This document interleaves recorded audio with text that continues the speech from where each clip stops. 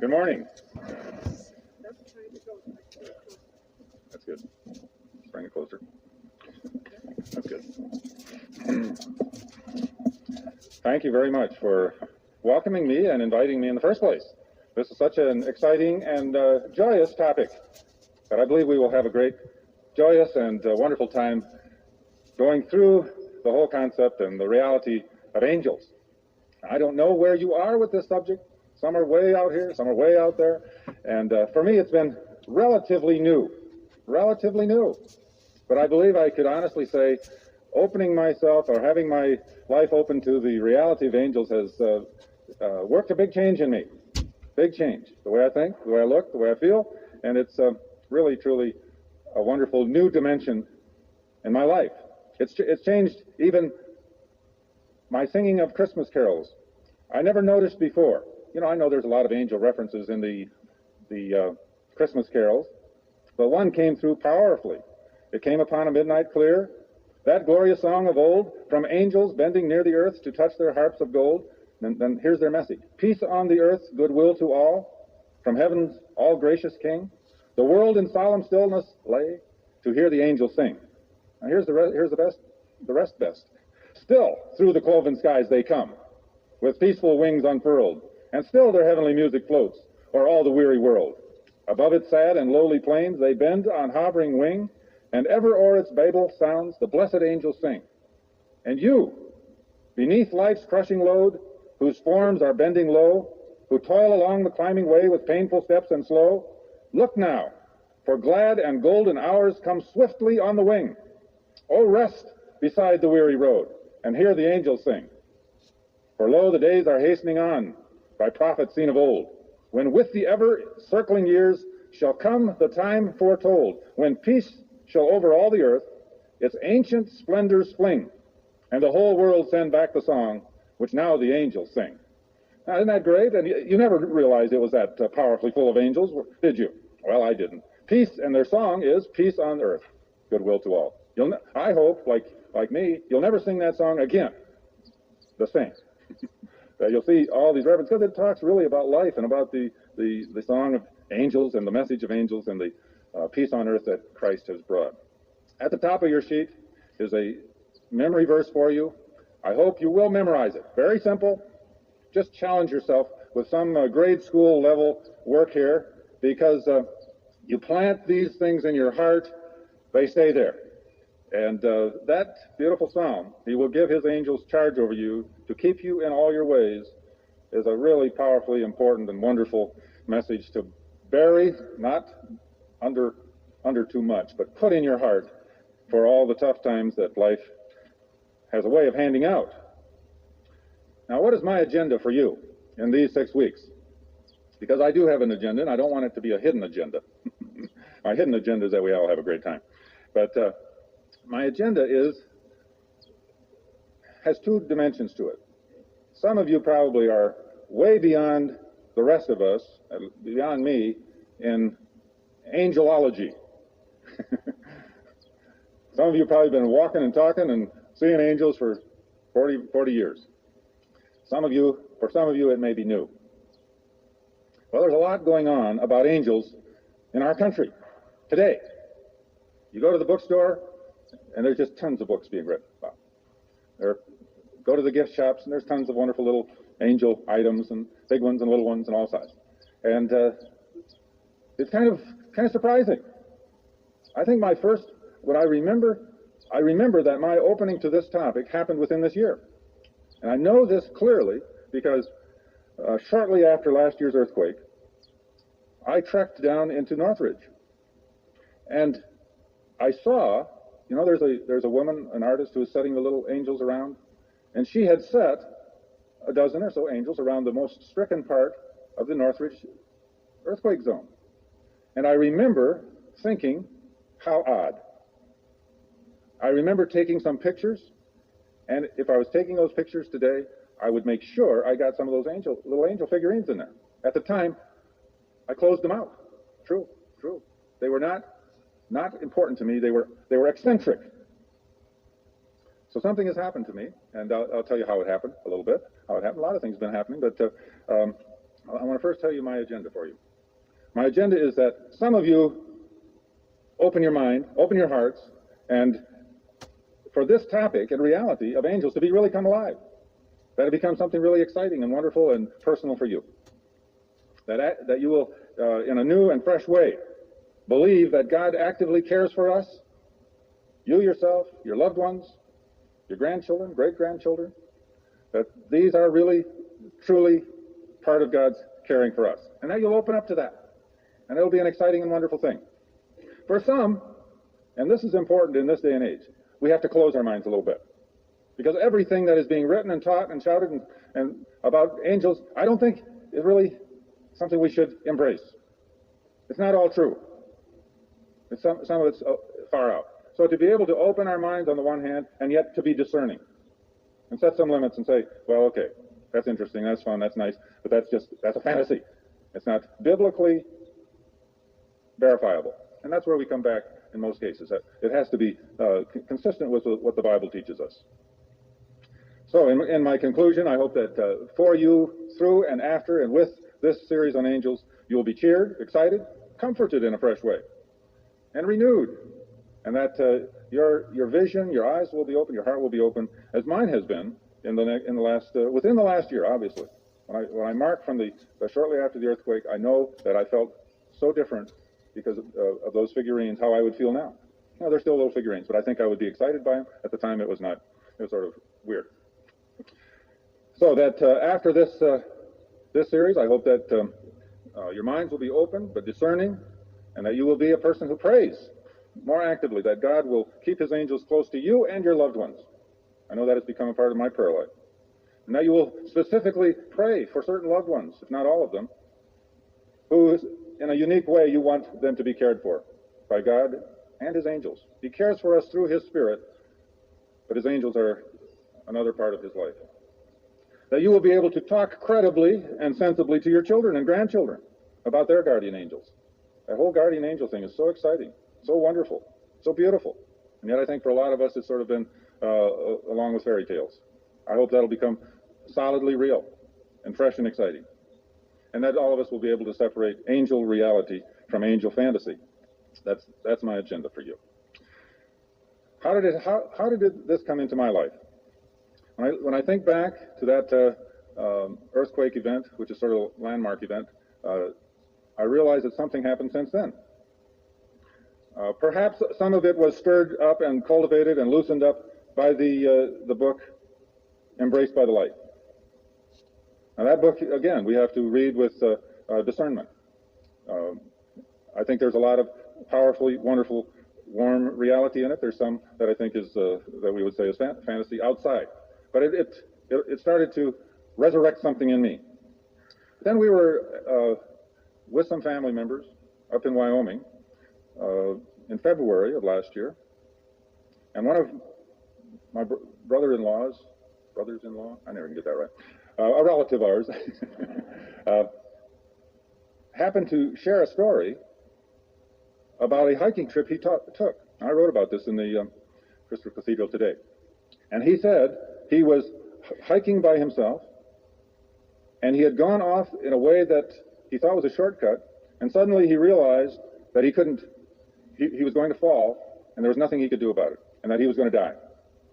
And he began to fall, and as he fell, he realized that something was holding him.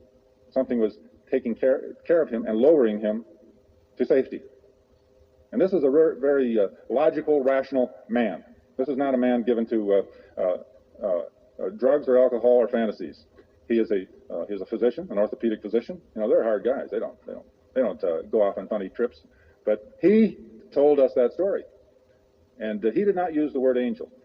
Later on, I put that back in on it, and I talked to him, and I called him once, and he said, "Yeah, maybe that was it." That was the first thing, other than maybe the book of Embraced by the Light. Then I read a book. This book I brought with me. It was reviewed in the LA Times, and on the front cover, it told something very striking. It's by a man named Reynolds Price, A Whole New Life. In this book, Reynolds Price is a very well-known writer on the East Coast. He's a professor of literature at Duke University. Now, Reynolds Price became aware that he had cancer of the spine. One day, as he was walking with his friend said to him, "How come your right foot is slapping against the ground so strangely?"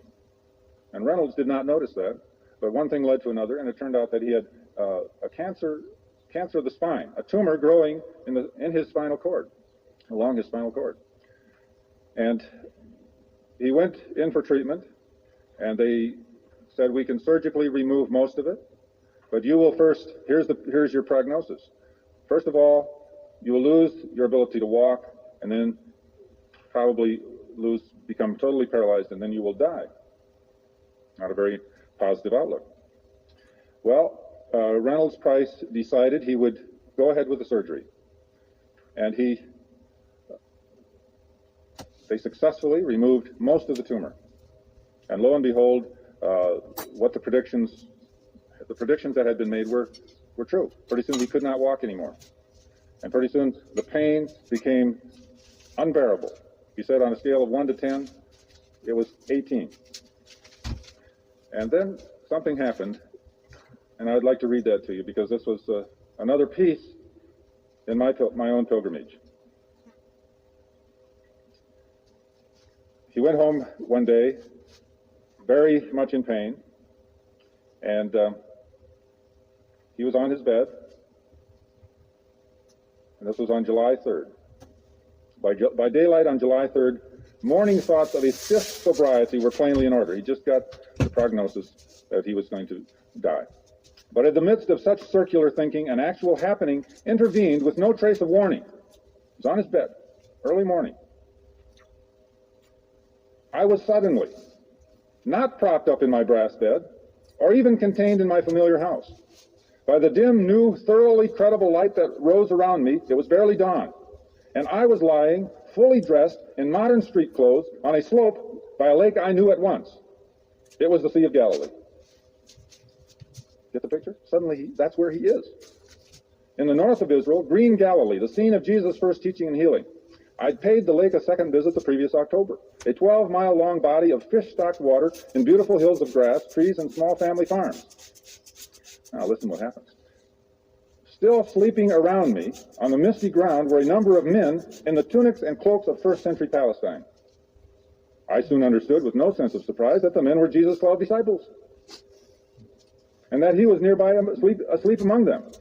So I lay on a while in the early chill, looking across the lake to Tiberias, a small low town, and north to the fishing villages of Capernaum and Bethsaida. I saw them as they were in the first century, stone huts with thatch and mud roofs, occasional low towers, the rising smoke of breakfast fires. The early light was a fine mix of tan and rose. It would be a fair day. Then one of the sleeping men woke and stood. I saw it was Jesus, bound toward me. He looked much like the lean Jesus of Flemish paintings, tall and dark, with dark hair, unblemished skin, and a self-possession both natural and imposing. Again, I felt no shock or fear. All this was normal human events. It was utterly clear to my normal eyes and was happening as surely as any event of my previous life. I lay and watched him walk on nearer. Jesus bent and silently beckoned me to follow. I knew to shuck off my trousers and jacket, then my shirt and shorts. Bare, I followed him. He was wearing a twisted white cloth round his loins. Otherwise, he was bare and the color of ivory. We waded out into cool lake water 20 feet from shore till we stood waist deep. I was in my body, but was also watching my body from slightly upward and behind. I could see the purple dye on my back, the long rectangle that boxed my thriving tumor. It was coming back. Jesus silently took up handfuls of water and poured them over my head, till water ran down my puckered scar. Then he spoke once, "Your sins are forgiven," and turned to shore again, done with me. I came on behind him, thinking in standard greedy fashion, it's not my sins I'm worried about. So to Jesus receding back, I had the gall to say, am I also cured? He turned to face me, no sign of a smile, and finally said 2 words, "That too." Then he climbed from the water, not looking round, really done with me. I followed him out, and then with no palpable seam in the texture of time or place, I was home again in my white bed. Was it a dream? Was it a vision? He says it wasn't. He says it was neither a dream nor a vision. It was something else. Something else. I don't know what you call it. I don't know what to call it. What he doesn't end up calling it anything other than it happened to him. Now, there's one other thing in here that I'd like to share with you that happened to him a little later. Well, it happened often. In this book I'm reading, well, I guess it was last spring, and it's kind of all, I think God working all these things together. See? This friend, this relative telling me his story, and different things going on.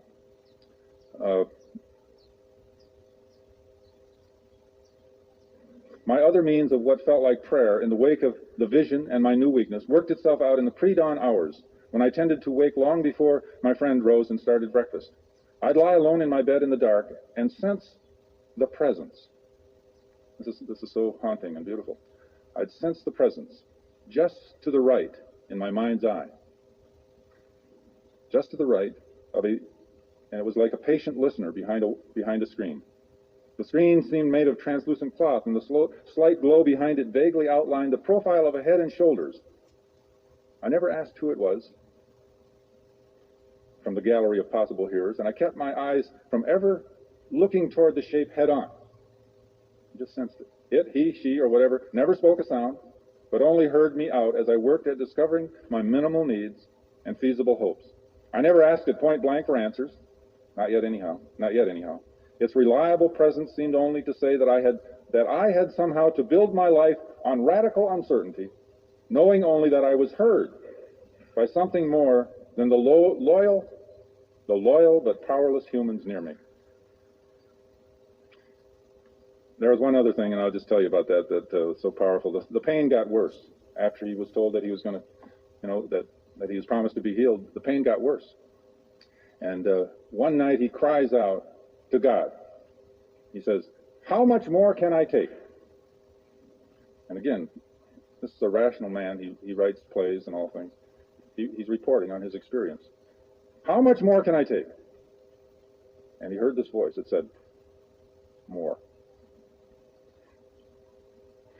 And so the pain did get worse and worse. But he's writing this book 10 years later, and so he is today back at his work, writing. He is a professor. He is in a wheelchair. He did not. He did lose his capacity to walk, but he says in this book, during the 10 years when he was fighting this illness, he was more productive. He wrote the best things of his life, and the title of the book is A Whole New Life. So this had a profound influence on me, and part of what I think God was doing to open me up to this wonderful concept of angels. Now, lest we run out of time, I have a few other things to share with you, but the most important thing, I wanted to share with you some living witnesses. So I recruited a few of my friends who have had real experiences. Now, maybe some of you have had some. And I'd like them to share with you what happened to them, and you can take this in and absorb it, think about it. But above all, I beg of you, and I know you will, treat it reverently. Because no matter whether you believe it or not, the experiences of our fellow human beings, our own experiences, are very, very precious. And when people share them, one of the reasons that we do not hear much from each other about our spiritual experiences is because in this day and age, but I think it's changing, when you share a very profound experience, people pick it apart. Explain it, people explain them away. People rationalize them and say, well, maybe it was this, maybe it was that. And so when you have a profound and precious experience, it takes a lot of trust to share it with other people because it's personal and precious and meaningful, and you do not really want people to trample on it. So I'd like to, I've invited Jerry Hamilton, Sharon Appier, and Denise Gass to talk with you about something that happened within their lives that I believe ties right into this topic in a very wonderful way. Sharon, would you like to be the first living witness and tell your story of what happened? No. I will let you hold this if you hold it real close to your mouth, because I don't want anybody back there to miss a word. All right, I'll try. Thank you. Can you hear me? Good. My story happened a long time ago when I was a teenager. All of my life I've enjoyed animals. I still like them. I had pets. The only requirement when I was a child in having pets was that I take responsibility to take care of them. So when I was 15 years old and got my first job I saved up, when I was 16 I bought my first horse, which was my ultimate pet at that time. When I was 17, I had gotten another horse, a larger one. She was a beautiful animal, a big sorrel mare, and I loved to ride her. I had a lot of fun with all of my animals, but especially those two. But she would run away occasionally. And I don't know why. Kids think they're immortal at those ages. For some reason, when I was on a rainy afternoon, in between rainstorms, when there was mud every place and the streets were slippery, I decided to go for a bareback ride. You know, with a saddle, at least you have a little more control, but I rode her bareback, and I had a difficulty holding on to her when I was bareback because she was very large.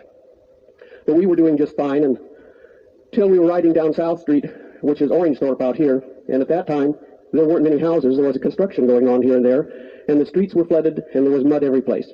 And something frightened her, and she bolted into a field, and she ran towards a stack of lumber that was about 3 feet high and about 3 feet wide, and there were rolls of wire on the other side. And I could feel her gathering her muscles to jump. I'd never ridden a horse over a jump, with or without a saddle. And I didn't have any idea whether she could do that. She was a large horse, and I'd never seen her jump. At that time, it sounds like a good time for an angel's intervention, but if one intervened, I was too busy holding on to notice. We made the jump, and when her feet were secure in the mud and the slush on the other side, I relaxed for a second, but it was only an instant. And it was one of life's photographic moments when you look around and you see everything, and it's like you remember it. 2 men were on a sign hanging a billboard not far away, and they waved and yelled and thumbs up, and people honked, and that probably caused her to jump again into the stream of traffic, which was going about 25 or 30 miles an hour. And she jumped in between the cars and took off down the street, and I still had no control over her. I hadn't had a chance really to regain my grip. I felt like a ping pong ball in a whirlwind. I was out of control, and she was running, and the cars were right in back of her and right in front of her, and everybody was waving and yelling, thought I did it on purpose. The only thing that I had time for was, God help me. And suddenly it was like time stood still. It felt like a large hand lifted her, and I felt hands on both of my shoulders, and for a moment I was pushed down onto her, and she was held there, and I got a grip of her, and when we were released, she was still running away, but I was in control of her. I kicked her up faster so that she lost her feeling of control, and in a moment or two she responded to the reins, and I was able to guide her out of the traffic and stop. Did I tell my parents when I got home? No, not for a while. But when I did tell my mother later, she wasn't angry, she wasn't amazed or afraid. She always knew that I had special protection. She prayed about that. Thank you. Thank you very much, Sharon. Sharon is one of our New Hope counselors and one of the New Hope trainers. Wonderful, wonderful part of our church. Denise, would you like to share something that happened in your family? This is Denise Gass. Some of you know her parents, Marie and Lyle Wiegand. And Denise is a therapist, but she pushed all those counselees out for the day to come and share their story with us. Thank you. It's wonderful to be here. This experience did not happen to me directly, but happened to my son, so has touched me forever. He is now 17. His birthday, ironically, is on Christmas Day, and he was 16. This was last August, and he was driving in our community, Laguna Niguel, Dana Point area. He was going down a hill in our car about 50 miles an hour, and a gentleman, an unlicensed driver, made an illegal left-hand turn right in front of him as he was going down the hill. He knew it was coming, he blared on the horn, and yet he could not avoid the accident. They hit front, then the rear of the car. Brandon's car went airborne. He was in a seatbelt, but he went airborne and landed basically in concrete and bushes, and the car was almost straight up and down. At that point, he heard the fuel leaving the car. He crawled in the back seat, and by that time a passerby had come and assisted him out of the car. He was very calm, even during the entire accident. And at that point, someone handed him a cellular phone, and he said, "I have to call my parents, or they're going to be very upset." I answered the phone, and very calmly he said, "Mom, I've been in an accident." I thought it was a fender bender, and I asked him a few questions, and I said, "We'll be there in a few minutes." When we got there, and there were 2 ambulances, 3 police cars, glass everywhere, and Brandon was in an ambulance at that time. 2 police officers came up to us, and both said, "It is a miracle your son is alive." The car was totally demolished. The whole front windshield was all shattered with glass, and no glass came in on him. They said, we have seen much less damage to cars where there have been fatalities, and we cannot explain how your son is alive. He is in the ambulance. We went into the ambulance and saw him. They took him to the hospital for precautionary reasons, and I'll never forget, as I was standing in the room, he said to me, Mom, I knew he was going to hit me, and I knew to relax my head and my neck. And I thought to myself, now that just goes against us naturally. In a situation like this, it's natural for us to tense up. He knew to relax his head and his neck. I believe he was told to do that. Not only that, but then he said to me, I had a peace, Mom. I knew I was going to survive. And he used the word peace. I knew I was going to survive even before he hit me. At that point, he started to cry. And he said, I'm okay. I'm really okay. He had a slight scratch on his leg that they put a Band-Aid on. And we took him home. And the next morning, we called our pastor. And I said, it's so important that we have a praise service. And we got together with our family and his best friend and his family, and we prayed in a circle, giving thanks to the Lord and the Lord's angels for sparing Brandon. Not only that, but our son, I want to share this because this was later, our son is an active member of the group, the Young Americans, that sing and dance and travel around the country. I know they've been here at the cathedral from time to time, and this is his passion, this is his love. The accident occurred about a month before he was to leave on a 7-week tour to the East Coast. And so we had him going to a chiropractor about 3-4 times a week to work on some problems with his back for a period of time for the spasms in his back. And he went on tour. And when he got back, he said a highlight of our trip was on Veterans Day. We stood on the steps of the Lincoln Memorial at sunset. And we sang the song, Take My Hand, Lord. And he said people stood in silence and started to walk over to us. And I thought later, thank you, Lord, for taking his hand, and the angels taking his hand, Lord. Thank you. Thank you. Thank you, Denise. That was wonderful. So there's another kind of angelic appearance, and giving him peace and assurance and helping him to prepare for the crash, and saved his life. Jerry Hamilton, many of you know Jerry Hamilton, and she has a wonderful story to tell also. She's also a good housewife, I think. She can't leave scraps of paper laying on the floor. Good morning, everybody. It is a pleasure to be here, and I appreciate Jim asking me to share this. I've never shared it until last fall when we were taking the angel class. In fact, I never thought about an angel in this story before until we shared different things in the angel class. It was about, I want to say 11 years ago. I might be off a year or so. But my husband and I were up camping in Pine Cove, which is about 6 miles above Idlewild, and it was raining. I thought it was a good rain story for you today. And we had been sort of inside, and it was clearing a little bit, and the sun was beginning to shine a little bit, and we came outside, and I went to walk down to visit with these friends of ours who were camped right across from the lodge. And it was a funny thing because they said, did you hear what happened? And I said, no, what? And they said, well, the rain was so bad that it had taken all the fish in the upper pond and washed them right over the road and down a little path stream to the lower pond. And then they had gone all the way down to the gate, which was about a mile down.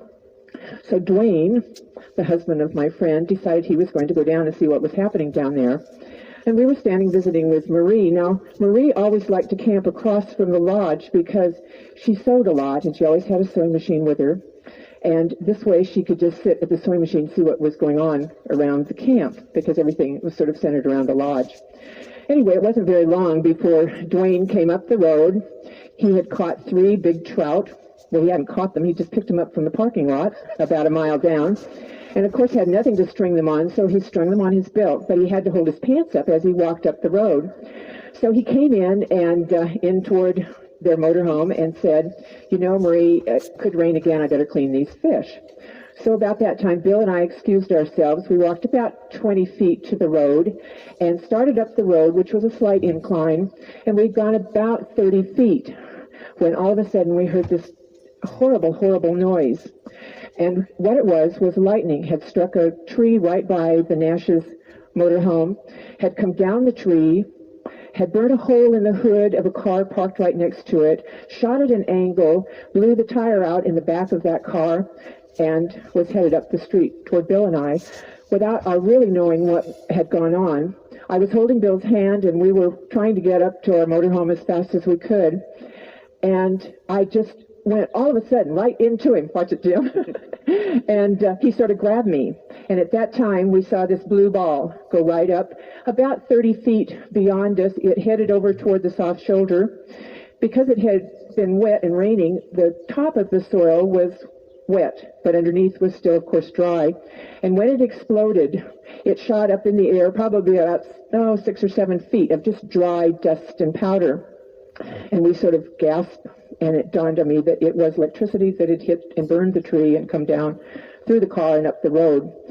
And the time it exploded, about 3 seconds later, people started running out of their motorhomes over to see how we were. There was a lady behind us who had fallen. However, she had fallen only because a limb of the tree had come down and hit her. And it was interesting, about 2 years later, we met her in Soledad, and she was telling of this experience, and my husband said, "Do you know, we were the couple right ahead of you." Anyway, after everybody saw that we were fine, we made it back to our motorhome. Now, we were very shooken up about this, and we stayed for about an hour in our motorhome praising the Lord. I don't know why. I mean, just I was alive. It could have hit me. And after that, we had a little dinner, and we went on down to the lodge and sort of forgot about it. And it's come back many, many times to me, but never really realizing it. You know how you use your own knowledge?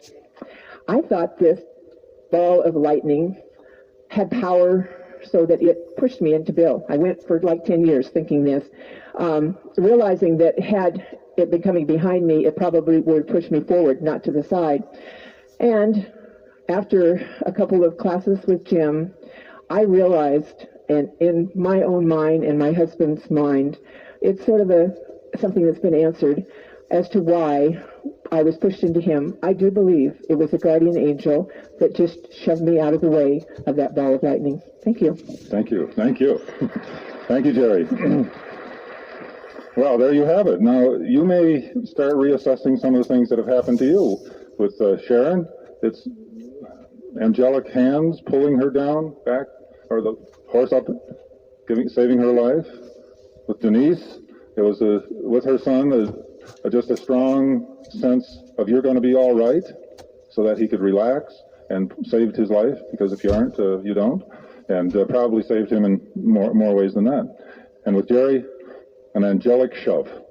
You know, that's what it amounts to. And if you read the stories that are in the books, they're so exciting because so many of them are exactly like these. You can go to the bookstore and get these books, and you will read stories exactly like these. That a shove, a nudge, an insight, a warning, running into something that wasn't there, life-saving events that people don't think about until maybe later, and they start wondering about what's really going on in this world. I think in the process of this whole talking and thinking, I thought back in my own life, did anything ever happen to me that fits into that category? And I recalled one time, as an adult, it was Sunday night.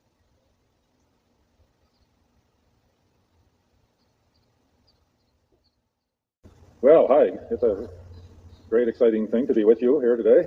I don't wear jewelry, but I got my pinky ring today, and I'm going to pass that around because it was a gift from somebody, and it's an angel ring. If you hold it long enough, an angel appears. Now, I hope you have the right hand out.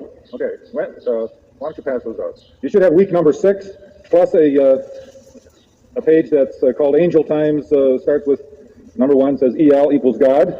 You should not have week number 5. It should be week number 6, or week number 6. So make sure you have the right hand out.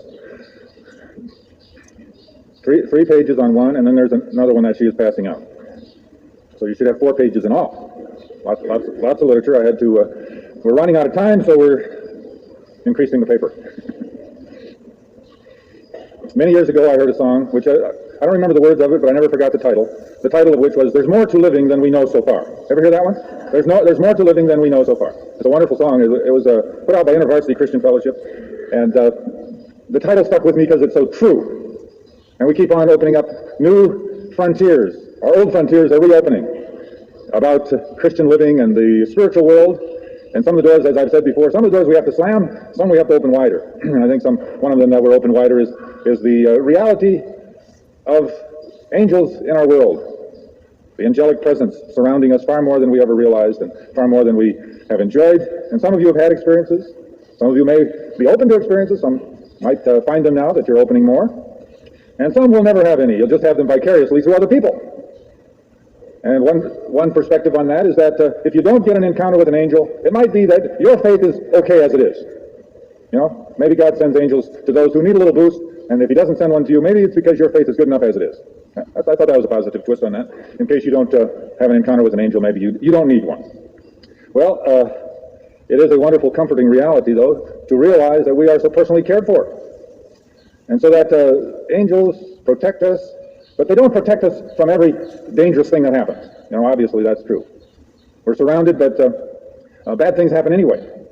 But I think when we are given that promise of angels surrounding us, we know that even when devastating circumstances occur, we are surrounded with encouragers, comforters, strengtheners, resuscitators, in the sense of putting a breath of life back into us, challenging us, surrounding us, enabling us to get up again when we are knocked down. And I hope maybe after being opened up to this, for some of you, your life will never be the same again, in a positive direction, of course, that you'll be aware in a more graphic way of the dimension of reality called angels. You know, the next frontier that we probably will talk about is encounters with Jesus Christ himself. Maybe some of you have had that experience. That is another dimension to spiritual experience that many people do report, having actually had the presence of Christ with them. Maybe some of you have had that. And I believe that soon we'll be hearing more from people who've had that experience. One of my good friends, who has since died, a little pebble down there that's under my foot. I gotta get that. One of my friends who was a minister, he was one of my interns many years ago. Died of cancer about 7-8 years ago. Young man, quite a bit younger than me even. But he going through the lymphoma dying experience, told me that one night in his hospital room, Jesus Christ stood at the foot of his bed and told him it would be all right. Well, he died. So whatever the "it would be all right" was, it was not that he was going to live, but that it would be all right. At that very instant, he learned later, the next day, his sister, who lived in a distant state, had experienced the presence of Christ in her life. Showed up in her room, and she had a vision, and she could describe in detail my friend Peter's hospital room. It was like she had a vision of his room. So even more than angels appear to us. I picked up a book the other day about encounters with Jesus. I want to just read one to you, because it says something about that experience with angels. This young woman, I believe it was, says this: about the time of my 18th birthday, I dreamed one night that I was in a moonlit garden, and 3 angels appeared to me and asked if I wanted to be baptized. I was awestruck, to say the least, and a bit frightened, so I said yes, even though I wasn't sure I did. They led me, these 3 angels, to a very deep pool. I immediately became very scared because I didn't know how to swim, so I protested that I couldn't get into that pool because I might drown. They assured me that they would watch me and insisted that I go in. I did, and immediately the water started whirling like a whirlpool, faster and faster. I was struggling with all my might to stay up, but I kept getting sucked down. I looked up at the angels, and they just leaned over the edge, expressionless. They watched me, but made no move to help. The pool then seemed like a large, deep well. Finally, I was so exhausted, I resigned myself to the idea that I was going to drown. I looked up one last time and saw Jesus, dressed in a white robe. He reached down and extended his right hand, and I reached up with my right hand. I was immediately out of the pool and sitting beside him. I don't remember what he said to me. I walked around in a kind of glow for weeks. So this was a dream, but it was a very lucid dream. I walked around in a kind of glow for weeks, but never told anyone about the experience. Finally, I suppressed it and forgot about it until years later. I since told it several times when I thought it was appropriate. Now, this editor makes a very interesting comment here about the difference between an angel experience and a Jesus experience. This experience raises questions not so much about the ultimate nature of angels, but how people understand and experience angels in contrast to Jesus. PB, this lady, this young woman, perceived them as being unfeeling and unavailable to her in her time of need. Why? It could be because PB believed that angels, by virtue of never having been incarnate, never having been human, could lack a certain empathy that comes from experiencing life as a human, which Jesus did. I thought that was quite a fascinating thought, that even deepens and enriches the whole idea of God in becoming flesh, and this whole idea that he knows fear and terror and things like that because he has been in the human form. And that angels, for all their wonderfulness, all their beauty and reassurance and all the good things they do, lack that human dimension. Remember last week we talked about angels aren't as happy as human beings are because of the same thing. They don't know what it's like to be rescued, to be in big trouble and being saved. Interesting thought. Ann Schaefer, where are you? Ann Schaefer. Ann Schaefer shared, which I thank her for, a divine encounter that she had. And I really love that. But if any of you, others, several of you have experiences, I'd love to have you share them with us, especially if you write them out. But if you want to come up here and talk, you better do it today. This is the last chance. Okay, this is what Ann says. I was married for 30 years to a very wonderful husband, and we had 3 fine sons. In September 1976, we found that he had a fast-growing type of cancer of the stomach, and by December 4, he had gone to be with the Lord, leaving us shocked, drained emotionally, and deeply aggrieved. I felt that my life was over, and I had no hope, no future. I was in a pit of loneliness and despair. I wanted to die, and I wanted to die feeling that God had abandoned me forever. And yet I began to pray that he would rescue me and mend my brokenness and guide my ways. Several months later, on awakening, that means in the night, I felt a strong presence in my bedroom that permeated my whole being, a presence. Immediately, I felt warm and as loved as a baby feels in its mother's arms. I've never felt such a love enveloping me. It's as if I was a little child again, being held and calmed and loved unconditionally. I received an inaudible, encouraging message, which was, be calm, have peace, don't be anxious, your life will be all right. I was in awe, and I knew that this was an angel with a message of encouragement to lift me and to calm my fears. I knew that I had had a supernatural experience, and it was as if a heavy burden had been lifted from my shoulders. And then she went to singles, met a great man, lived happily ever after. Thank you, man. Wonderful. Okay, Joyce Morris isn't here, is she? I was hoping Joyce Morris has a wonderful story, too, that comes from a friend of her daughter's. But we'll have to forego that one. All right, I'd like to comment about spiritual warfare first, because that question has been raised. If you have that little piece called Angel Times, not last week's, but this week's, I've got a comment there on number 2. But let's just look at number 1 a minute, just for fun, where we have a little thing about the names of the angels. Whenever you have E-L, it usually means God, like Elohim. Not when it comes to El Pollo Loco. That's not not God's crazy chicken. No. But in biblical words, it means God. So Michael means who is like God? It's really a question. Who's like God? And implies no one is like God. Gabriel, see L at the end, means strong one of God. Raphael, even that's in the Apocrypha, means healer of God. Angel means messenger of God. The L. Now, like the city Bethel means house of God. Kind of a nice thing to know. Okay, spiritual warfare. This question is raised because there's a theme that goes through parts of Christianity, very strong in Frank Peretti's books, This Present Darkness. Now, these books are interesting, exciting, spiritually helpful, and worth reading. But I just want to comment on one theme that seems to come through that I believe is incorrect. And that is the idea that we are engaged in spiritual warfare, the outcome of which is uncertain. That Jesus Christ is battling the devil, and we are part of this army. If we are not praying diligently, fervently, daily, the battle might go over to Satan. Satan might win. I'm glad some of you are shaking your heads.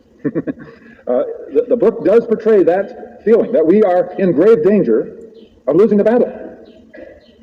Now, I don't have time to do an elaborate Bible study, but I just wanted to share that one verse there with you, which gets at it, Mark 3, verse 27. Where Jesus is commenting to some of those who were complaining about his casting out demons and criticizing him in certain ways. Now he says, in fact, no one can enter a strong man's house and carry off his possessions unless he first ties up the strong man. Then he can rob his house. And this is Jesus meaning that Satan is bound, restricted, not an equal threat, or an enemy who can win totally. The coming of the kingdom of heaven, the kingdom of God, the coming of the kingdom which came and was announced in the person of Jesus Christ, is the announcement and the event which begins the mortal wounding of Satan. And Jesus Christ is the victor. The outcome is over with. Now, Satan is still dangerous, but wounded. There are still plenty of problems for us to be concerned about, but the outcome of the battle between Satan and Jesus is not in question. And we need not have in some level of our consciousness or our heart some kind of a fear that somehow the big issue of redemption is still in question, that somehow Satan could win out if Christians aren't praying real hard. Now, probably none of you were worrying about that. But in case you do, that's the answer. I hope you trust that without an elaborate Bible study, because there's a lot of verses in the Bible. Satan goes about like a roaring lion. There's a lot of other things in Paul, especially, that could lead you to believe this. But close study and the life of Jesus shows clearly that he did not attribute, as some of these books do, that every illness, every difficulty in life somehow is tied to an attack of Satan. See, that's what some of these themes are, that everything is an attack of Satan. You have headaches, it's an attack of Satan. Jesus never talked that way, and I don't believe that it is a safe level for us to talk. Those things happen. We're human. We live in a world that's a broken world due to sin many eons ago, and through the mess of this world, we get headaches and heartaches and sore feet and everything else. And we're going to die, but the outcome of what happens when we die is fixed and determined, and we are the Lord's. Okay, back to the first page. So much about spiritual warfare. We haven't done a lot with looking at the biblical angel appearances, and I have a list of them there in the handout for you, but I wanted to draw your attention to some of the more unusual ones. They're all unusual. But back to angel times. Look at number 9 there, where we reproduced an artist's representation of angelic appearances that came to Ezekiel looking like wheels. And the angelic experiences and appearances that appear in Ezekiel and Revelation are pretty striking and unusual, and that's one of them. I'd like to read a little bit about what Ezekiel saw. They appeared to him. I knew that they were cherubim, and this was their appearance. They had the form of men, but each had 4 faces, and each of them had 4 wings. Their legs were straight, and the soles of their feet were like a sole of a calf's foot. Thank you. And they sparkled like burnished bronze. Under their wings, on their 4 sides, they had human hands. And the 4 had their faces and their wings thus. Their wings touched one another, and they went every one straight forward, without turning as they went. As for the likeness of their faces, each had the face of a man in front. The 4 had the face of a lion on the right side, an ox on the left, and the face of an eagle at the back. That's where their faces. That's amazing.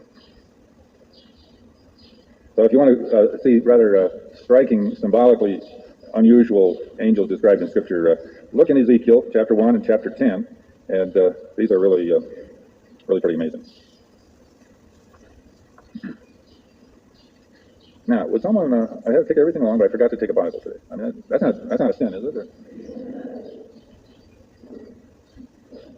I'd like you to look at Deuteronomy 18 here a minute.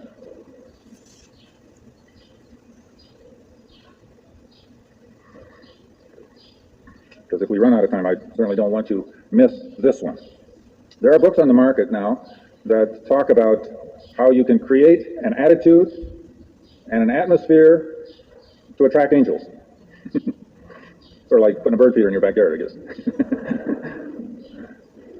I have not read them, but I've scanned them, and I know there are these books that really say this is possible. That angels are there, and if you do the right things and act the right way, you can draw them to you. Now, the question is, should we get busy doing that or not? That seems like a wonderfully pious occupation that good people ought to be doing. Do you think so? No? Yes? No? Maybe? Well, it is puzzling, and probably we ought to think about such things, because increasingly in our world, since we're in a time where anything goes. We're in a time where anything goes. All oughts and law is sort of breaking down. Not true law, or maybe even that, but we're in what it also goes along with multiculturalism, which sounds very good, because even here we have a lot of different ethnic and other kind of backgrounds represented. Now the question is, is the attitude that's coming forth is every culture has a right to exist, correct? Every culture, they do theirs this way, and we do theirs this way, and everyone has its own rights, and its own traditions, and its own ways of doing things. Therefore, we got to respect each other. Sounds good so far. But how far do you go with that?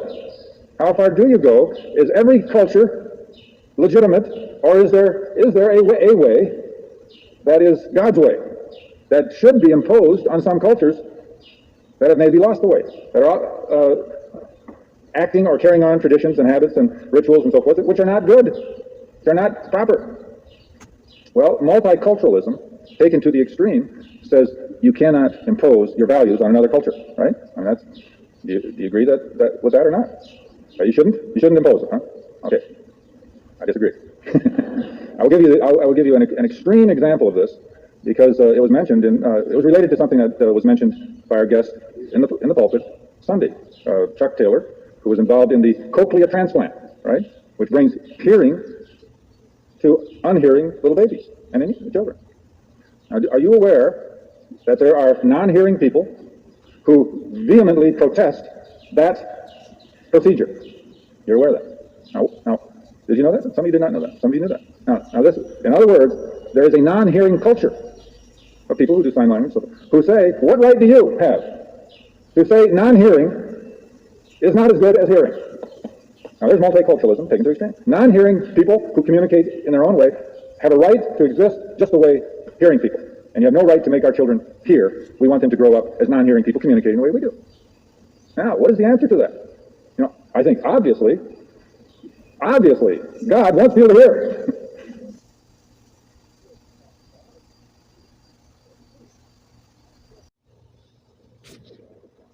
We say that. But when God isn't in the picture anymore as the director of our ship, you can't argue that. What can you argue? I'm not sure what you can argue. Well, that is, then you take that to other cultures also. Now, many of you are old enough to remember when it was not uncommon to see, or else be quite aware of, the practice in China of binding the feet of women. Remember that? When women's feet were bound, so that they had to walk in a very dainty, conservative, picturesque way, I guess you'd say. Now, multiculturalism would say, you have no right to stop that. You have no right to oppose that. We would feel, I believe, God wants those feet to be normally released and free, so that people can. Okay. Anyway, those are some of the issues with multiculturalism. Now, if you don't have a God attitude or way of doing things, anything goes. And these are some of the battles we're going to keep on running into. And this is the thing with issues like summoning angels. Why not? Sure, do it. Do anything you want. No restrictions. Well, I think this is where we need to be leaders in thoughtfulness based on God speaking to us through tradition, through Scripture, and be thoughtful and careful. And at least as Christians, not just do anything. I don't mean anything in the bizarre, wild, immoral sense, but even in the sense of dabbling into the spiritual world inappropriately. Okay, look at what it says here. Deuteronomy 18. I hope we got the right pages. Verse 10. There shall not be found among you anyone who makes his son or his daughter pass through the fire, or one who practices witchcraft, or a soothsayer, or one who interprets omens, or a sorcerer, or one who conjures spells, or a medium, or a spiritist, or one who calls up the dead. Now, this is the Old Testament. What do they know? I know Christians, and I can almost understand it. I know Christians in this church who have gone to mediums to try to get in touch with their deceased loved ones. Now, when you are desperate, when you are brokenhearted, when you are bereft of someone who you feel you cannot live without, you do things like that. People do things like that.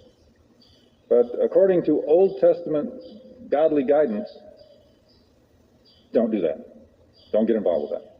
And I believe, see, that is of the same species as putting into a lot of effort to contact angels or to get angels in your life. Angels will show up here and there, now and then, when you need them, or they're there. They're there more than you know, comforting, guiding, strengthening, supporting you. But I believe, see, the guidance here is really important. Right? Now, you don't have to say, well, why not? Well, you can say that. Why not? What difference does it make? I believe God is saying to these people, and that is, it's very important for us today, it's dangerous business. It's dangerous.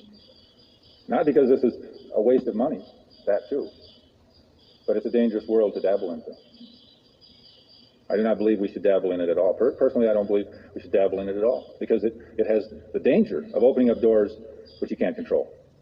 I think we should stay far away from it. Personally, I stay away from Ouija boards, movies like The Exorcist. I wouldn't go to it if you paid me for it. It scares me. Plus, I think it's dangerous. And I think this is, God isn't just trying to be a spoil sport. But he's saying to people, it's dangerous.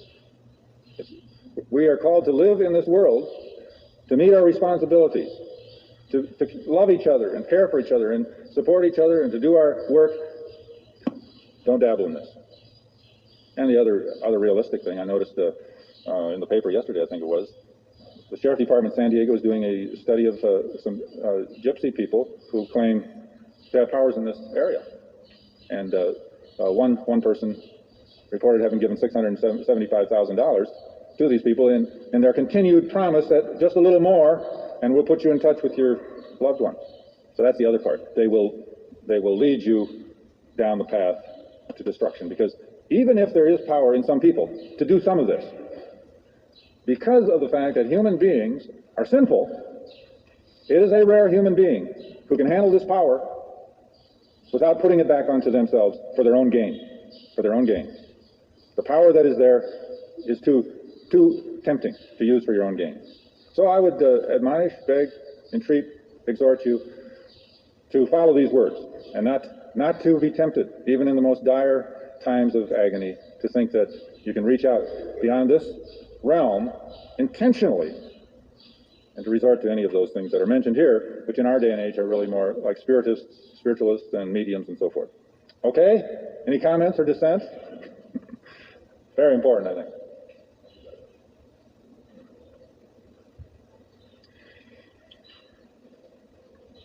Okay, I'd like to then move to the handout and go through a little more of that with you.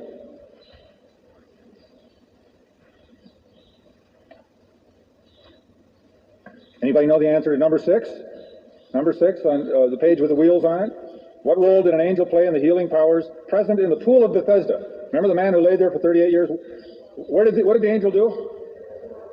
That's right. The angel stirred up the water. It wasn't until the angel came and stirred up the water that the healing occurred. All right, let's see if there's a couple more here that are kind of fun. Number 12. What did the angel do to Isaiah after he cried out, "Woe is me, I am undone, I am a man of unclean lips"? What did the angel do? Excuse me? Say it again. He put a hot coal on his tongue. Lips, tongue. Very good. Now, somebody look up the Transfiguration, Matthew 17, verse 3, and or Luke 9, verse 30. Now, the reason I want you to look that up, this is just a little playful one here. In some of the lists that I have read in books of angel appearances, Jesus' transfiguration scene is mentioned. Now, anybody find it yet? Anybody want to read that? All right, okay, if you read it, who can tell me what's wrong with having that listed as an angel appearance? Okay, who showed up? Moses and Elijah. There's no angels there. See, the list makers have fallen into that error that we talked about later, that human beings cannot become angels. We are not angels after we die. So Moses and Elijah showed up, but no angels showed up. It's Moses and Elijah as spiritual beings. Very important. Not really. Okay. On the last page, I've listed what I think are the most intriguing, interesting, maybe not all of the most important ones. Maybe you'll find one that you like better. Appearances of angels in Scripture. Now, I did not list Ezekiel and Revelation. Those are kind of a special category that are more visionary than these other kind, which are rescue events. Just want to go through them so that some of you who are less familiar with Scripture are aware of all of these. The first one we've mentioned many times, the cherubim guard Eden so that Adam and Eve could not come back into it. The second one is the counseling of Hagar and Ishmael. Remember, they were out in the wilderness. Hagar got kicked out of the family, so to speak, by Sarah. Sarah was jealous of her, so she takes her son, which was really Abraham's son. They went out, and the angel comes to her and reassures and comforts and guides her on what to do. Number 3, promising a son to Sarah and Abraham. Remember that one? And then Sarah laughed and got scolded by the angel. Attending to Lot in Sodom. Quite a drama that happened there. Rescuing Isaac from the altar. Abraham is about to sacrifice his son Isaac, and the angel stays his hand with the dagger. At least that's the way it appeared in my Bible story book when I was a kid. Remember that picture if you were brought up on Bible story? Unforgettable pictures, unforgettable events. You know, we were nourished on some rather disturbing stuff, isn't it? Right? No wonder we're all messed up. Appearing to Jacob, the Jacob's ladder scene, wonderful, exciting scene. Then wrestling with Jacob, and again, some of these are unclear. You can't say for sure where they were purely an angel or where it might have been the angel of the Lord, the temporary incarnation of Jesus Christ. Some of those are need a little interpretation. The angel takes the form of a burning bush. Now, you got to admit that's a rare one. In the form of a pillar of cloud, there was fire and cloud, but this one refers to the cloud. Encountering Balaam, which we enjoyed. Called the commander of the army of the Lord. That's what the angel that appeared is called, the commander of the army of the Lord. Announcing the conception of Samson. That's not Dunstan. That's his name, Dunstan Samson. It'd be interesting to trace that out. Punishing David and his people after David counted the soldiers. Nourishing Elijah. And another one unforgettable from childhood is preserving Shadrach, Meshach, and Abednego in the fiery furnace. There they appeared. And the king says there's 4 in the furnace, not 3. And one was the angel. Saving Daniel in the lion's den. Then in the New Testament, reassuring Joseph to marry Mary. Announcing John's conception to Zechariah. Announcing Jesus' conception to Mary. Advising escape to Joseph. And then to the shepherds about Jesus' birth. Ministering to Jesus following temptation. Ministering to Jesus in Gethsemane before the crucifixion.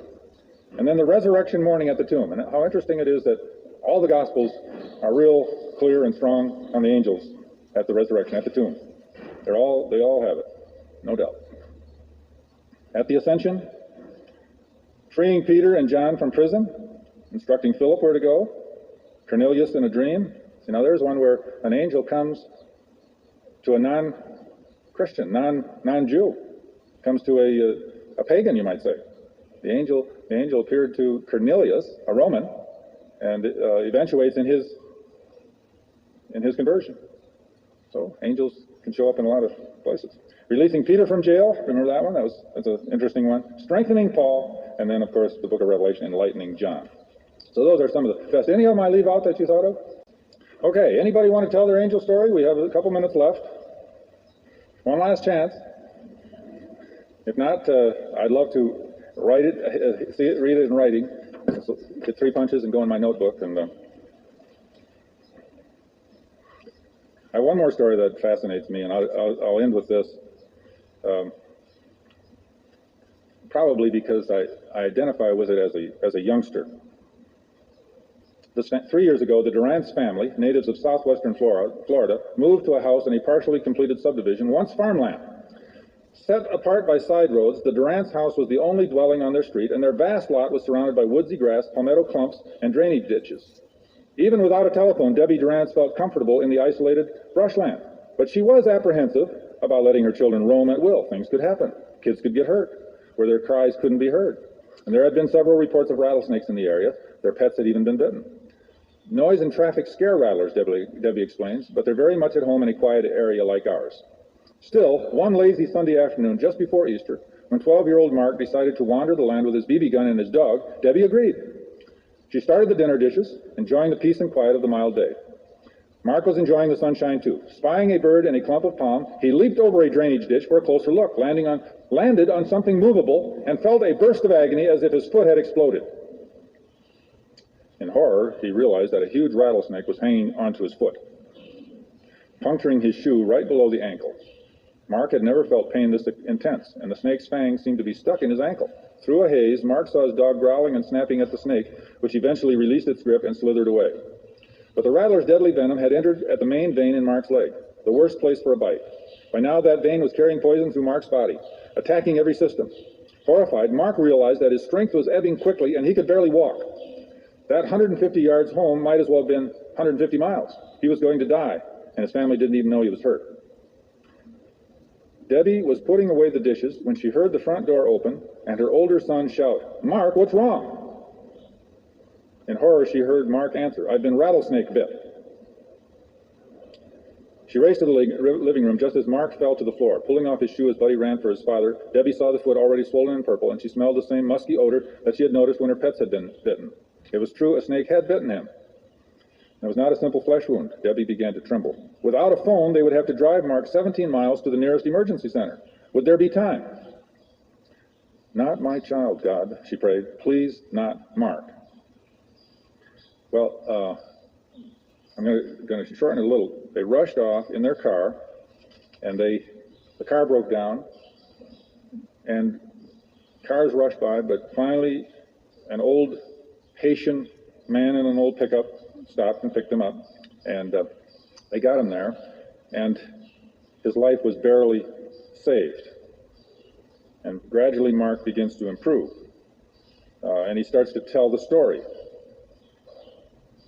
"But where were you?" Mark's father wanted to know. "Out in the field, next to the ditch. But that's at least 150 yards. "He must have been much closer," one of the doctors said. "Mark could never have walked that far. There's too much venom in his system. He would have been unconscious right away." And there were the 13 steps up the front of the house to the living room. Had this terribly wounded boy managed to climb them? "The man in white helped me," Mark explained. "Man? What man?"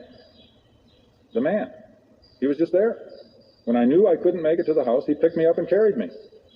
"What did he look like?" Debbie felt a tingle on the back of her neck. "I never saw his face, only from his shoulders down. But he had on a white robe, and his arms were real strong. He reached down and picked me up, and I was hurting so bad that I just sort of leaned my head on him. I felt calm." "Did he say anything, Mark?" "He talked to me in a deep voice," Mark answered. "He told me I was going to be real sick, but not to worry. Then he carried me up the stairs, and I didn't see him again." A man in white. Debbie didn't know what to say. But she trusted. Mark's experience has touched many people. While Mark was recovering, he told me that he was sure his granddaddy Durance had been with him in the hospital emergency room. But Mark's grandfather had died sometime before the accident. And Debbie reminded Mark of this. "But he was right there with me, Mom. I know he was." Of course, Granddaddy Durance must have been the man in white that Mark dreamed of seeing. But Mark was firm. "No, Mom, that wasn't Granddaddy." And I didn't dream about the man in white. He was real. Well, our time is up. I really enjoyed being with you. It's been fun to explore this wonderful topic with you, and I hope your life, like mine, is better because of it. And I hope you will have a wonderful experience and maybe have an encounter with angels. Thank you.